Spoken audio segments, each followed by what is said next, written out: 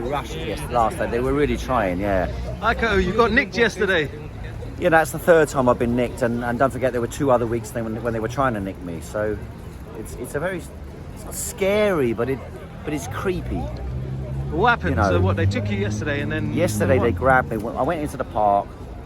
I played a little bit of Van Morrison's song. Van Morrison did an anti-lockdown song, 3 songs. So I played a little bit of that. Got across to Park Lane. And they bundled me. I mean, they literally stormed right at me, grabbed me, and bundled me straight away. They just came for me. That was it. It wasn't about, am I doing something wrong? Have they engaged me? Have they talked to me? Have they discussed with me? Nothing. They just came straight for me, arrested me immediately. And they're supposed to have like 4 levels. First, educate, discuss, warn, then arrest. Instead, they bang, arrest. So clearly, it's deliberate targeting by the police. In order to get, they know I stick my neck out. I'm not afraid of them. Same with peers, right? I stick my neck out. I don't care. They can do what they like. I've been in revolutions. I'm not scared of them. They can do what they like. And what happened? Where did they take you from here, and what happened? Well, first they took us all to this place called Charles Street, which is right next to the Foreign Commonwealth Office and the Treasury. And there's a street in between in the middle of town. It was literally like a scene out of some dictatorship movie, right?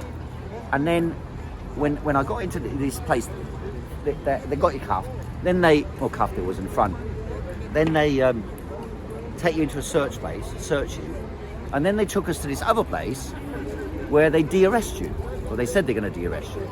So then they said to me, right, COVID, you're going to get, give your name and address, you're going to get a penalty notice. Now, I know from previous times, they arrest you and then they don't send you the notice because they know you're going to challenge it and defeat them in court. So they don't then they just use it as arbitrary arrest. That's all they're doing. They're using it as arbitrary arrest and then they don't charge you. And then they said, we're going to de-arrest you. And I said, firstly, what are you charging me with? They said, corona. And I said, what corona? He said, not wearing a mask in public. I said, not wearing a mask in public isn't a rule. Right? There's no rule about that. And then he goes, and then I said, unless you give me a piece of paper, I'm not leaving here. I said, we're going to de-arrest you. I said, you're not de-arresting me unless you give me a piece. He said, well, they've already de-arrested me. And then the guy turns around and said, okay, arrest him again for having a megaphone. So they arrested me for having a megaphone and then made me stand there 2 hours, then took me to Wandsworth police station. And at Wandsworth police station, they banged me up until 9 o'clock until 6 o'clock this morning. Wow. 6 o'clock this morning, locked, take away my liberty. So they arrested you, de-arrested you, and then arrested you. And they took me to the police station again, that's right. And then Willsey came in, and a few other people as well were brought in who they tried to charge with something. And then they said, I'm under further investigation, they might bring in further charges against me, right? But basically, it's, they had targeted me on this demonstration. They targeted me they weren't physical this time. All right. On the 5th of November, they were violent towards me, and they badly hurt my arms. Because what they did was they handcuffed me, and they dragged me on the floor, and then they carried me like this, 400 metres to the police station, 10 coppers, dragging me like this. I don't know. It was nearly half a mile.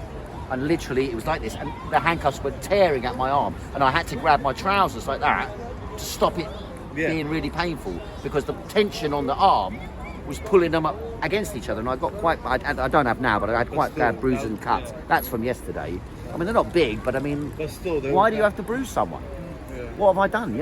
Is it? I mean, when I was at school, they used to have corporal punishment, so the teachers could hit you, right? And everyone hated it. Well, that's what they're doing. They're deliberate pain they're inflicting on people. With the kids, they're adults. So that the people who go on the demonstration, they had that, I don't want that again, I'll keep out of the way. Yeah. Right?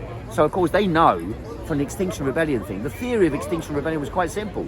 Roger Hallam said, if 2,000 people get arrested today, the police cells can't cope. So he said, everyone say, I'm going to get arrested. So he made everyone sign a piece of paper. Are you prepared to get arrested to save the planet? In his words. Everyone says, yeah.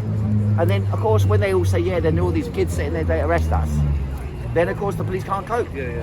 So it's actually a tactic in some way that we need to use. The problem is, Extinction Rebellion, they were like pussyfooted because the government supports them. They wanted Extinction Rebellion to raise all this hoo-ha, and then they can say, oh no, we need to widen the pavement, make everything green, stop all the cars, introduce new congestion charge, all the rest I've of got it. one question. What do you think's going to happen next week? Is things going to come Well, back they're to going to normal? loosen things up, and I think Speaker's Corner is going to be returning next week. Yeah, man. I mean, we need some dialogue. There's not much dialogue. Well, if these they don't return, then we speak elsewhere. I've got a few different plans up my sleeve. I assure you, they won't be able to stop us. So when they released you, what they released you on what and say what? Well, I can't go into the detail of that, Oh, unfortunately. But they tried to frame me with something, and they tried to frame me with something, and I will defeat it. But I can't go into the details of that because it's And like, what do you think about this great reset? Huh? Yeah, that's true. Because they know where you, obviously they know where you live, right? And they know everything. Okay. Yeah. They know everything. They're not. All right. Are you worried that they're paying? No. All right. I don't understand. I did underground work in East Germany. Yeah. I know I have to look over my shoulder, check someone's there. I know you're not scared. It's just them bothering you. It bothers me because my parents might be scared. Okay. But I'm not scared. Yeah. That's exactly how I feel. I'm not really scared of anything. Just because I don't want my Yes. family Agreed. upset, That makes sense. or other people, because I know That makes sense. that's the way yeah. secret police forces and secret activities. That's the way they work. Is they harass other people and they scare other people and try to make you back off from that. So, for example, they might go for your friends or your family or something like I'll that. tell you know what I that. mean? Sometimes I wish I was. It's not horrible, but that's the way they operate. And all honest and just police officers who know this type of thing is happening, they must stand up against it. Because, you've got to have some morality. To be fair to the copper yesterday who arrested me, even though he did hurt me originally, when he started discussing with me, I could tell he was actually listening properly. He was actually listening. He did want to know what I thought, and it wasn't quite what he'd heard before. And ideas are, when the world is so messed up, you only have to plant a little seed in someone's mind, and you undermine the whole story. Yeah. You know I what I know mean? what you said, yeah. Because people have seen what's going on, That's not brilliant. and nothing quite fits. So one little seed, it only takes one. I remember one Jamaican guy used to hang around at Speaker's Corner, and he was quite a very broad, unusual thinker.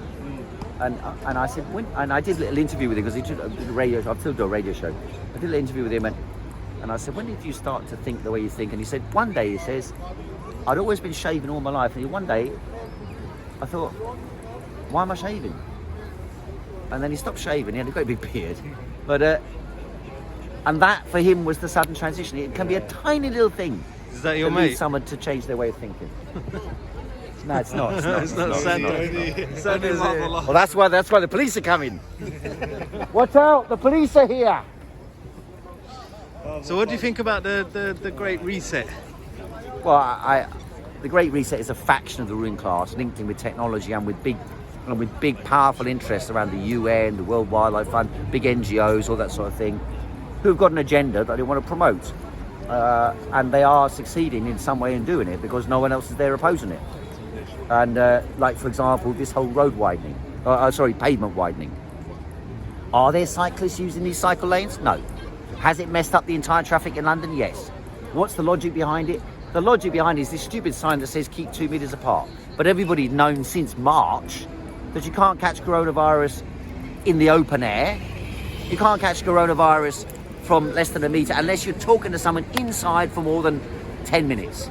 So what are they talking about? What is all this about? Hands, space. Space is nonsense in that sense. And I had someone come out of a shop. So I was standing there waiting to get into a shop like East Germany. And some guy comes out the shop, DIY shop with a mask on, and he's like, I was here, and he's like, move away. I said, what are you talking about, mate? Don't you know anything? And that's the problem, is that people have been made totally irrational. It's like we've gone back to the medieval period. Irrational, yes. Medieval period, No logic. when logical thinking has disappeared. And you know what? 1854. Here's a little bit of history for you. 1854, there was a cholera epidemic in London. focused on Soho. What did they do? They had some brilliant minds who wanted to address the problem. And they sent Ray Lancaster and Jon Snow and others went into the Golden Square area, the worst affected area in Soho. They visited 800 houses. How you doing, man? All right?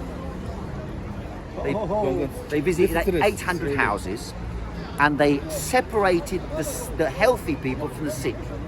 And then they asked people every morning, going to work, they said, have you got diarrhea? If you had diarrhea and they caught it early, they knew how to cure you. Right? They knew how to cure you. Yeah, cure. Cure. Yeah, okay. So you didn't die. But it could rapidly progress if you didn't report your diarrhea. And of course, in those days, a lot of people got diarrhea. Right? So in that way, they went into they looked at the environment.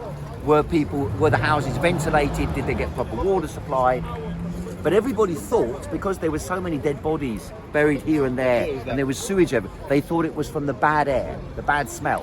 So everybody went round carrying what's called victuals. Victuals is herbs. So they walked around with herbs in front of their face, right? It didn't actually do anything, but they thought it did. But they were right in this respect that oral diseases are passed by not having good ventilation and this sort of thing. From bad hygiene. I mean, hygiene as I'm well. talking about extreme bad hygiene. Yes, that's true. All of us have been washing our hands. Well, bacteria from the poo everywhere, and the meat lying around in the street, and people throwing the rubbish out. It'll take a lot. And they cleaned all that up. Yeah. But such was the disease that it affected mainly poor people, as this does this time. It's mainly working class, poor people working in factories, for example, like in the north of England. A lot of people working in textile factories, no air movement. A lot of them got illnesses already, and they come down. And then 1855, after the epidemic was over, the government tried to impose rules on the working class, and they said you can't go and drink alcohol, and you can't buy things on Sunday. Everyone worked Monday to Saturday. Saturday night they got their wages, Sunday was their day off, so they couldn't do anything. So it was just like this, a lockdown for the masses on their only free day. And so what happened is the Chartists put up posters all around London, come to Hyde Park to observe how your betters observe the Sabbath, right? Observe the Sunday. Because Hyde Park was the place at the south of Hyde Park. All the rich people of England came to Hyde Park to meet each other, to the Serpentine. Okay. So that 150,000 people came to Hyde Park to watch these people. They said, bring your children, bring your parents, like that. So they all went to Hyde Park. They went down the south part of Hyde Park. And when the rich people came past, they got the turd from the horses and threw it at them. They shouted at them and said, go read your Bible, they said, and all the rest. They said, where you observing the Sabbath? Go to church, like that. And the rich were so scared, the police came in to try and defend them. And then the police just started attacking people. And when they attacked in Hyde Park, and that's why Hyde Park's so important, because it's an open space. The rich people come into the space, the poor people come into the space. Yeah. So when the police don't know who they're attacking, they attack the wrong people. And suddenly, 2 weekends, the police attacked the wrong people. Well, some demonstrators and some people who were barristers and wealthy people and solicitors and God knows what. And then they had to launch it. Marx said the revolution began that day, right? He was mistaken, but he was not that far off. And they made an inquiry, I've got it at home, 600-page parliamentary inquiry, asking hundreds of people what happened that day. And all of them described the police brutally attacking people for no reason whatsoever. Now ask yourself this, we don't need the same scale, because we've already got the evidence now. We know what happened. We just need people to go over that evidence that we've collected over the last year about their behaviour, and we've got an inquiry into their behaviour which will shake them right down. But if we have one big demo, which is what we'll do, one day we'll have a demo here over the next 6 months to a year, where lots of people will be in the park and lots of wealthy passers-by will be there, and they'll hit some children, they'll hit some rich people, their true colours, and they will suddenly discover they're in big trouble. And their own internal cohesion. And that day in 1855, in the barracks at the end there, the soldiers joined the demonstrators. Right? So beware police, this is where you're going. So that's the message. That's enough for today, no? Oh look, kids on the bikes, you see. Oh yeah. Let's get entertained a little bit. Enough for some bikes.